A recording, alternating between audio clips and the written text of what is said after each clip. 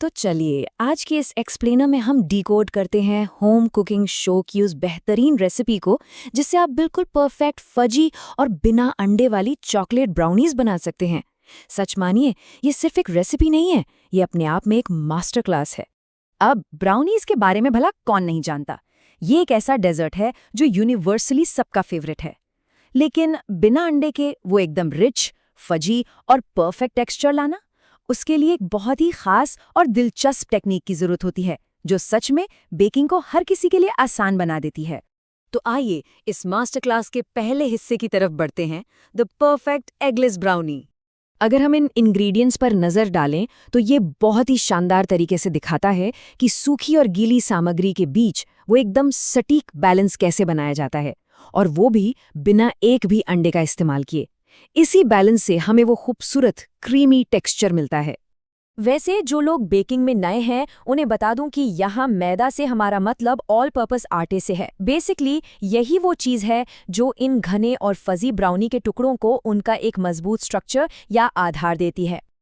आगे बढ़ते हैं दूसरे और सबसे क्रूशल स्टेप पर, चॉकलेट बेस को पिघलाना। इस रेसिपी की असल नींव यहीं से शुरू होती है। इसे क्लासिक डबल बॉयलर मेथड कहते हैं। डायरेक्ट आंच के बजाय गर्म पानी के ऊपर रखे बोल में 200 ग्राम डार्क चॉकलेट और आधा कप बटर पिघलाया जाता है। इससे होता यह है कि चॉकलेट बिना जले धीरे धीरे पिघलकर एकदम स्मूथ और क्रीमी हो जाती है। ये स्टेप लिटरली एक गेम चेंजर है। अब आते हैं तीसरे फेज पर, गीले और सूखे मिश्रण को एक साथ मिलाना। यहाँ जो सबसे इंटरेस्टिंग बात है वो है इस रेसिपी की फ्लेक्सिबिलिटी। आप देख सकते हैं कि कैसे टंगा हुआ दही यानी हंकर्ड या फिर क्रीम चीज अंडे की जगह कितनी आसानी से ले लेता है। यही वो सीक्रेट है जो ब्राउनी को भरपूर नमी और वो थिक गाढ़ापन देता है। अब जब आपका चॉकलेट बेस अभी भी गर्म हो तभी उसमें चीनी और वेनिला एसेंस मिलाना है, फिर हंकर्ड डालकर अच्छे से फेंटना है। इसके बाद सूखे इंग्रेडिएंट्स को सीधे इसी मिश्रण में छान लें। बस ध्यान रहे इसे तुरंत मिक्स करना है ताकि एक शानदार गाढ़ा बैटर तैयार हो।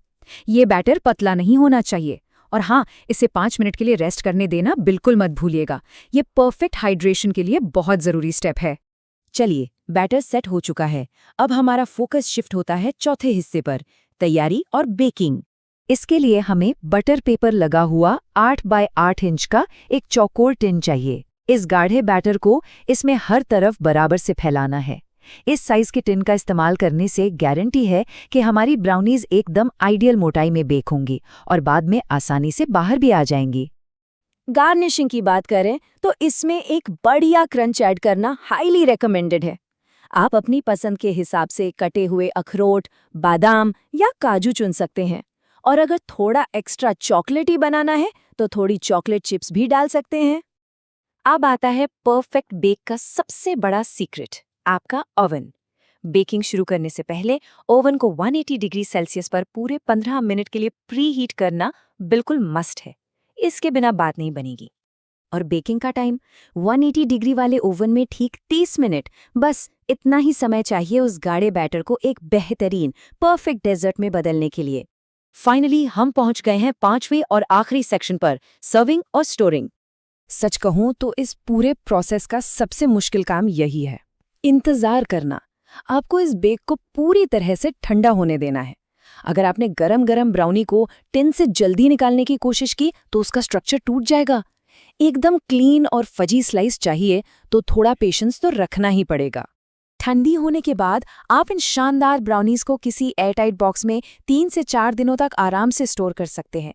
इसे ऐसे ही खाइए या फिर इसके ऊपर वेनिला आइसक्रीम का स्कूप रख दीजिए। सच में स्वाद दोगुना हो जाता है। बच्चे हों या बड़े, हर किसी को ये बहुत पसंद आएगी। तो अब जब आपके पास ये सिंपल, एगलेस और रिच चॉकलेट क्रेविंग को शांत करने वाली कमाल की रेसिपी है, तो सवाल बस ये बचता है कि आप इसे कब ट्राई करने वाले हैं। क्या इस वीकेंड पर कोई खास मौका है, या बस यूं ही कुछ मीठा हो जाए?